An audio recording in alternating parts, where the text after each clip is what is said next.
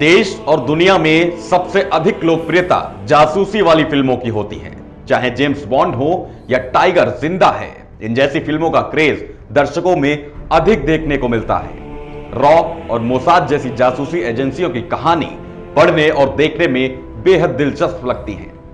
भारत में भी ऐसी जासूसी की कहानी है जिसके बारे में जानकर आप दंग रह जाएंगे। 2017 में सलमान खान की फिल्म टाइगर जिंदा है तो आपको जरूर याद होगी। यह फिल्म तो काल्पनिक थी, लेकिन टाइगर नाम भारत के असल जासूस का था। आज कहानी उसी भारतीय जासूस की जिसने भारत के प्रति अपने कर्तव्य का पालन करते हुए अपनी जान की भी परवाह नहीं की। आज कहानी रॉ के रियल लाइफ जासूस और भारत के रियल हीरो रविंद्र कौशिक की, जिसने दुश्मन के घर का हिस्सा बनकर भारत माता के प्रति अपने कर्तव्य को निभाया।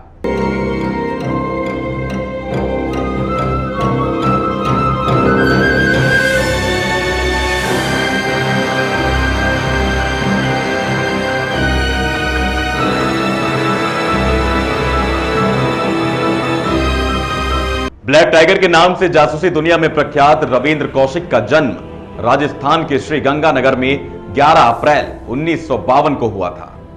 पिता एयरफोर्स के अधिकारी थे तो मिट्टी के प्रति समर्पण विरासत में मिली थी। 1971 का भारत पाकिस्तान का युद्ध जब हुआ तो उनकी उम्र ठीक ठाक थी, तो वो भी उन्हें दिलो दिमाग में जा बसा।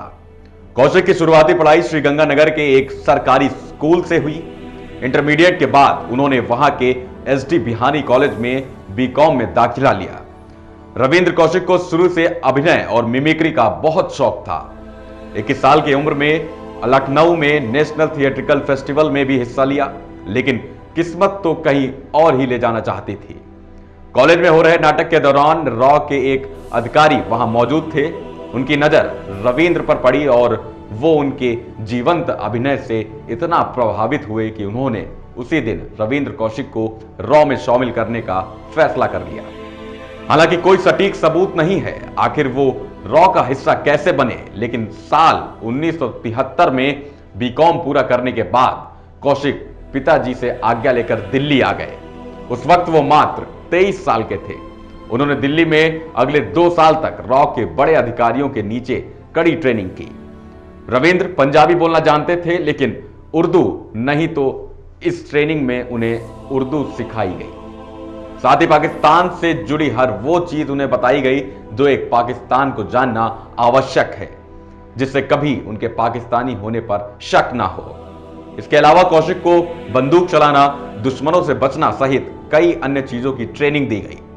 कौशिक की सबसे अच्छी बात यह थी कि वो नई चीजों को बहुत जल्दी सीख जाता था।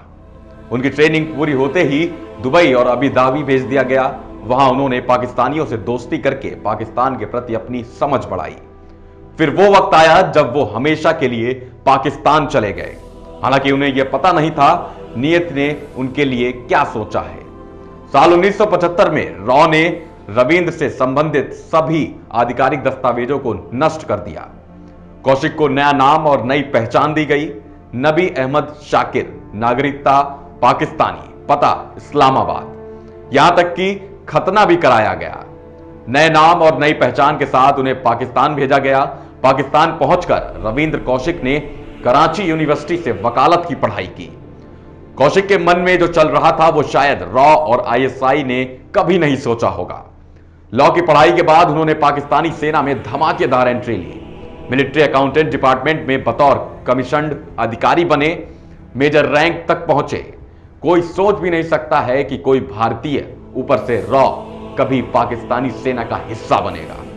इसलिए कौशिक को द ब्लैक टाइगर कहा जाता है। इस बीच कौशिक को अमानत नाम की लड़की से प्यार हो गया।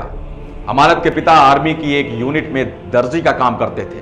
दोनों ने शादी भी कर ली।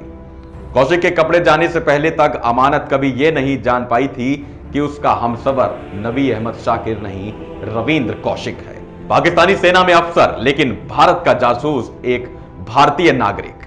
बतौर पाकिस्तानी अफसर कौशिक ने कई वर्षों तक गोपनीय और संवेदनशील जानकारियां भारत को भेजी, जिससे कई बड़े हमलों को नाकाम किया गया और सैकड़ों की संख्या में लोगों को बचाया गया। इतिहास में अपनी करारी शिकस्त दर्ज कराने और भूगोल में पूर्वी पाकिस्तान को हमेशा हमेशा के लिए खो देने के बाद पाकिस्तान अपमान और बदले की आग में जल रहा था।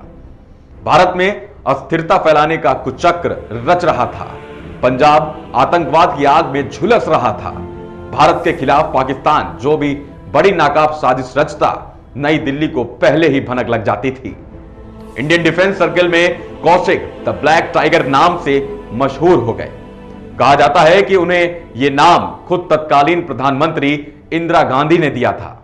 कई वर्षों तक ऐसे ही चलने के बाद रविंद्र कौशिक की सच्चाई आखिरकार लोगों के सामने ही आ गई। रविंद्र कौशिक पकड़े गए, लेकिन यह उनकी गलती के कारण नहीं हुआ, बल्कि रॉ ने एक और जासूस इनायत मसीह को कौशिक से संपर्क में रहने के लिए भेजा। मसीह पाकिस्तानी खुफिया अधिकारियों के हत्थे चढ़ गया और पूछताछ में वो छूट गया। उसने मेजर नबी अहमद शाकिर का राज भी खोल दिया। पाकिस्तानी अधिकारियों ने मसीह को कहा कि वो रविंद्र कौशिक को एक पार्क में मिलने को कहे। जब मसीह के बुलाने पर कौशिक उस पार्क में पहुंचे तो उन्हें जासूसी के आरोप में गिरफ्तार कर लिया गया। तब उनकी उम्र 29 साल थी। अगले 2 सालों तक उन्हें भयंकर यातनाएं दी गईं। यह तक लालच दिया गया कि अगर वो भारतीय सेनाओं की गोपनीय जानकारी दें तो उन्हें आजाद कर दिया जाएगा। कौशिक यातना सहते रहे, लेकिन अपना मुंह नहीं खोला। 1985 में उन्हें मौत की सजा सुनाई गई, जिसके बाद में उम्र कैद में बदल दिया गया। लेकिन जेलों में उन्हें इतनी यातनाएं दी गईं जिसके कारण उन्हें टीबी हो गया और नवंबर 2001 में जेल के अंदर ही मृत्यु हो गई। उनका शरीर ही भारत नहीं आ पाया। भारत सरकार ने भी कभी यह नहीं कबूला कि वो भारत का ही बेटा था। कौशिक के मां ने सरकार से बहुत गुहार लगाई, लेकिन सरकार के द्वारा बस सांत्वना दी गई। भारत के कई जासूस पहले भी और आज भी विदेशों में काम कर रहे हैं, लेकिन रविंद्र कौशिक जैसा जासूस कोई ना हुआ।